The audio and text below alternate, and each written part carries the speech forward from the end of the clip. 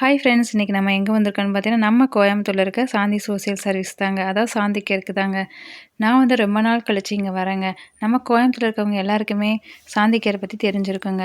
என்னோட பசங்க 2 பார்க்குக்கு கூட்டிட்டு போங்கன்னு கேட்டுட்டே இருந்தாங்க. அதுவும் வந்து சாந்தி கேருக்கு தான் கூட்டிட்டு போணுன்னு பிடிவாதமா இருந்தாங்க. நாங்களும் ஓகே சொல்லிட்டு பசங்கள கூட்டிட்டு வந்தாச்சுங்க. இங்க வந்து பசங்க ப்ளே பண்றதுக்கு நிறையவே இருந்ததுங்க.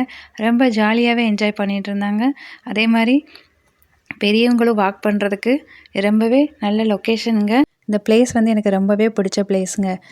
1996ல் சுப்பிரமணியம் அப்படின்றவர் அவரோட ஒய்ஃபோட நினைவாக தான் இந்த சாந்திக்கேரை ஸ்டார்ட் பண்ணியிருக்காரு. இங்கே பார்க் மட்டும் இல்லைங்க, பெரிய ஒரு ஹாஸ்பிட்டல் இருக்குது, மெடிக்கல் இருக்குது, பெட்ரோல் பங்க் இருக்குது, பிளட் பேங்க் இருக்குது, கண் சிகிச்சைக்குன்னு தனியாக செக்ஷன் இருக்குங்க.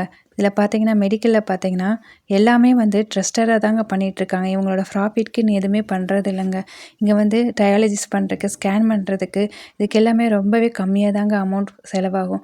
நம்ம ப்ரைவேட்டில் வந்து பல ஆயிரக்கணக்காக கொடுத்து ஸ்கேன் பண்ணுறதுக்கு இங்கே வந்து 100ல் இருந்தாலே போதுங்க.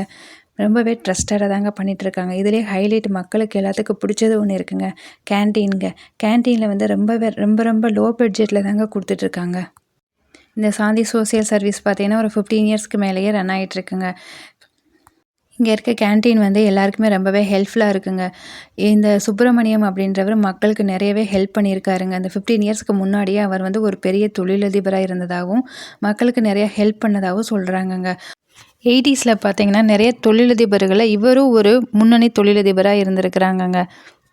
100 கோடிக்கு மேலேயே இவர் சமூகத்துக்கு கொடுத்து ஹெல்ப் பண்ணியிருக்காரு. ஸ்கூல் கட்டி கொடுத்துருக்கிறாரு. இன்னும் நிறையவே மக்களுக்கு ஹெல்ப் பண்ணியிருக்காருங்க.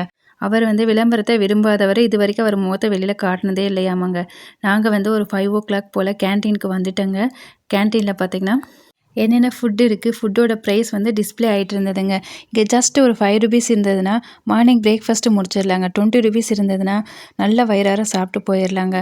இங்கே வந்து லஞ்ச், பிரேக்ஃபாஸ்ட் அண்டு டின்னர் 3 டைமுமே வந்து கேன்டீன் இருக்குங்க. இங்கே வந்து முதியோர்களுக்கு சாப்பாடு வந்து ஃப்ரீங்க.